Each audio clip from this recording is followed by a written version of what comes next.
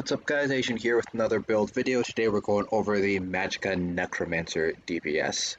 So Necromancer DPS in general saw a nerf to their overall DPS due to a change to how Siphon works. Your ability here for Magicka DPS is Mystic Siphon, for Stamina DPS it is Detonating Siphon. In the past, in Storm, Siphon was off of the global cooldown. Basically what that meant was you could activate your Siphon ability alongside another ability as well. This basically allowed you to fit in more Blastbones and more spammables out, which increased overall DPS.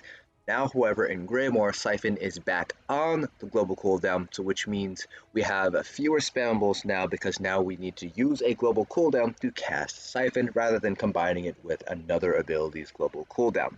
This basically resulted in a drop in our DPS, making Magicka Necromancers definitely one of the lower tiered Magicka DPS if you were to put them all in a tier list. However, Magicka Necromancers are still going to be one of the only sources of major vulnerability, the other one being obviously Stamina Necromancers. So in Magicka DPS heavy groups, you will still see 3 Magicka Necromancers in them in order to maintain maximum uptime on that major vulnerability. So despite the fact that they don't necessarily hit as hard as something like a Magicka Nightblade or Magicka DK, Magicka Necromancers are still very highly desired in Magicka DPS raid groups because of their major vulnerability. So just like the rest of our build videos, we will not be going over any sort of gear that is reserved for the Magicka DPS gear video, which should be popping up in the upper right hand corner right about now. So if you're interested in knowing what sort of gear you should be running on a Magicka DPS, go ahead and check out that video. This video will be focusing in mostly on our skills as well as our rotation. So without further ado, let's go ahead and get started here first with our skills. This is going to be our front bar first. We have Ricochet Skull. This is going to be our main spam bowl. Magicka Necromancers are a little bit unique in the fact that Ricochet Skull is actually going to be better for us than Blood for Blood is. Part of that is Magicka Necromancers might have a little bit more difficult time sustaining. You will see that I have fairly few issues here. I pretty much have no issues here on the dummy, but you can have a little bit of trouble sustaining with the increased cost if you are a vampire. Plus, Ricochet Skull in general is going to be a little bit stronger than Blood for Blood because we also get some additional crit chance and execute if we're running Ricochet Skull, which we would not get if we're running Blood for Blood.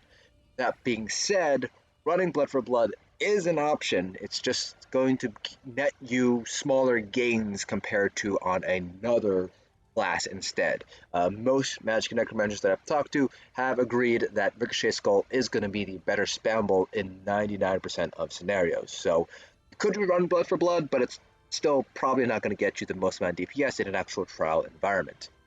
Then we have Stalking Blastbones. Unnerving Boneyard. You can run the other morph of Unnerving Boneyard, which is Avid Boneyard. This allows you to use your own synergy, which gives you a little bit more DPS. It doesn't really matter. It's not as important for Magicka DPS because you're not running like Estes, where the additional self-synergy might be beneficial to improve your DPS. So a lot of Magicka Necromancers do instead run Unnerving Boneyard for the Major Fracture, Major Breach, which is more beneficial for the group, especially in trash fights.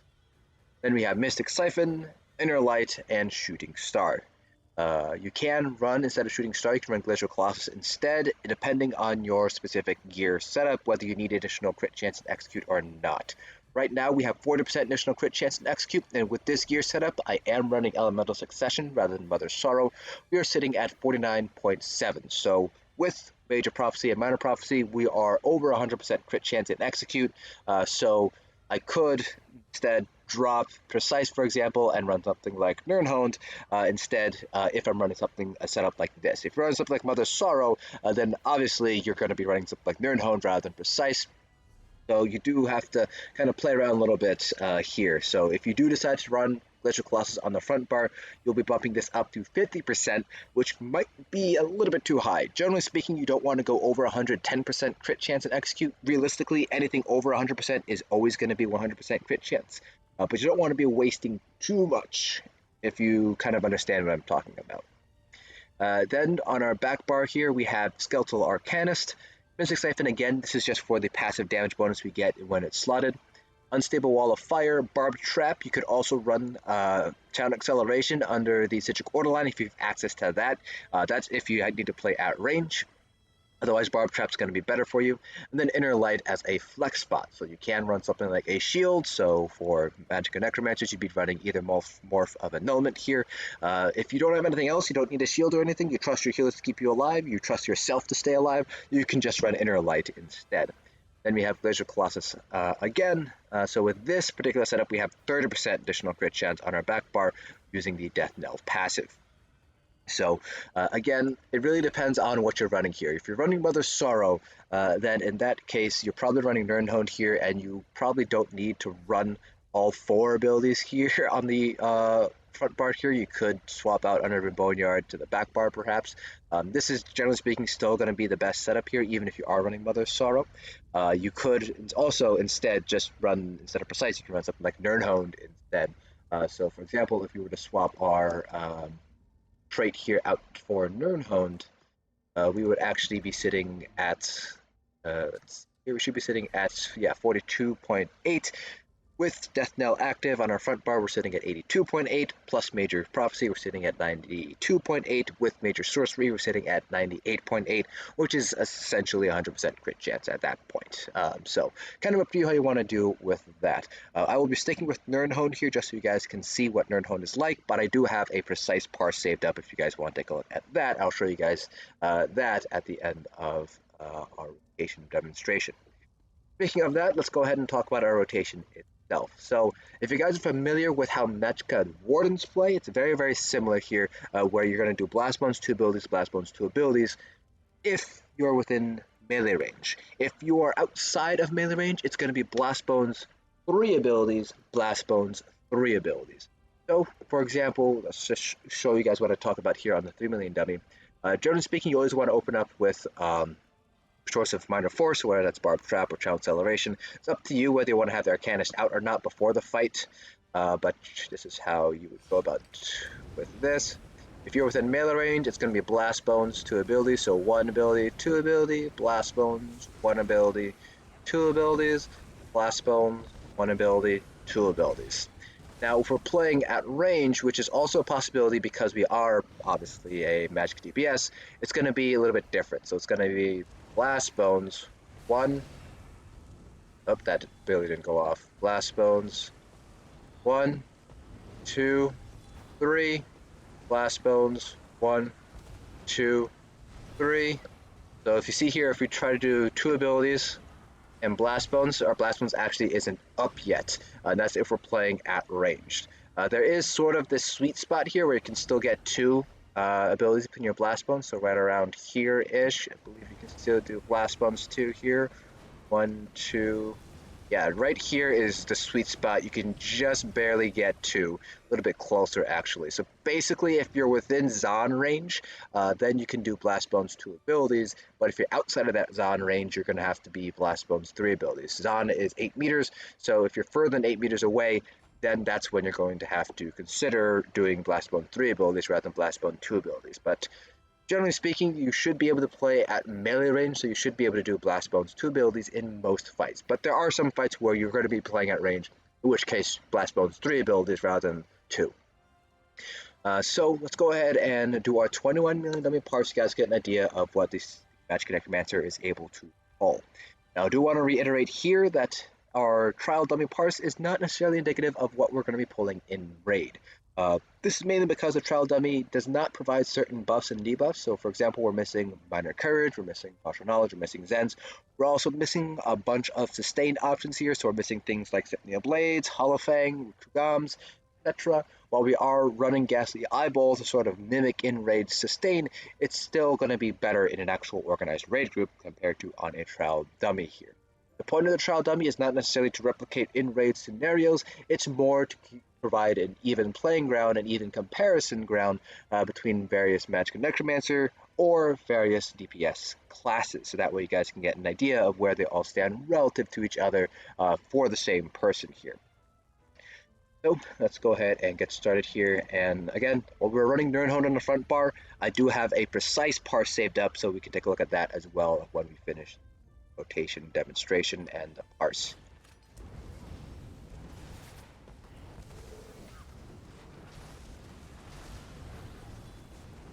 Against Blastbones 2 abilities here.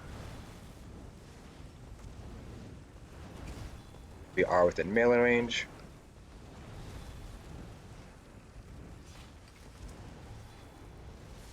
So unlike with Stamina Necromancers here, Mystic Siphon does not have an explosion if it lasts the full duration, so don't be afraid to recast it a little bit early if you feel like you need to.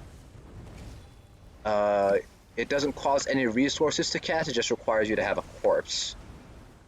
So you can recast it early, and you really have no negative effects on your sustain.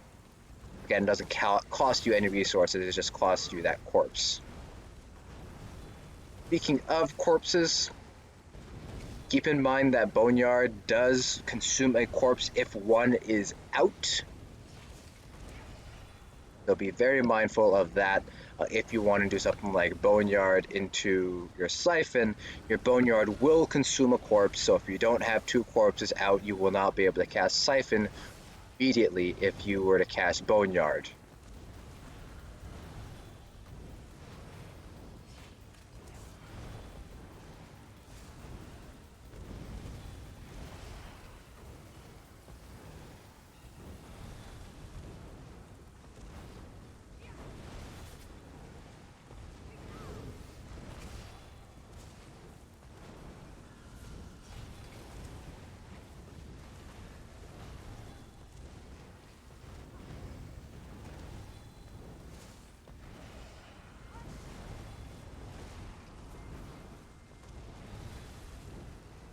You can see here that very similarly to a Magical Warden, we're actually not casting our main spamble Ricochet Skull very often because we're doing a lot of maintaining dots in between all of our casts of our Blastbones.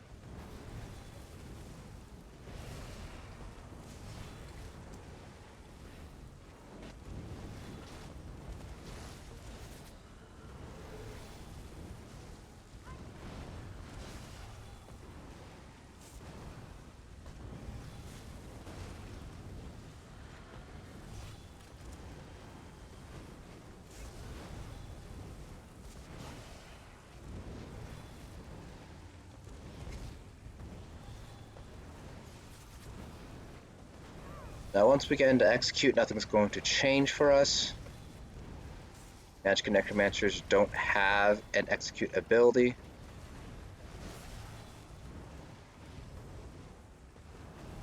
So our rotation pretty much remains exactly the same in execute.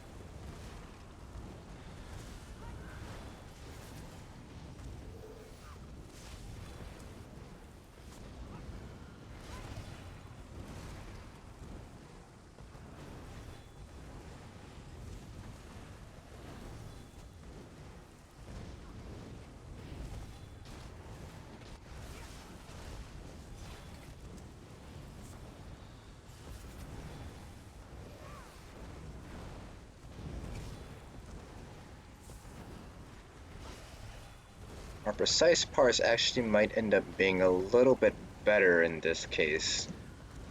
Although we should see a relatively sizable jump in DPS once we hit execute, because we will get that additional crit chance. So we'll have to wait until we get into execute here. Alright, we're in execute range, so we should see a pretty noticeable jump in our damage now. Despite the fact that we don't have an active execute.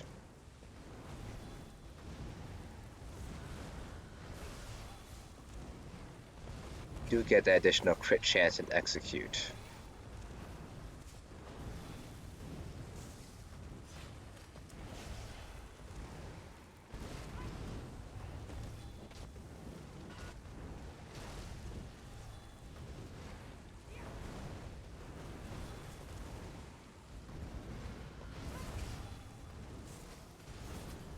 Yeah, it looks like our precise parse was still going to end up being stronger here.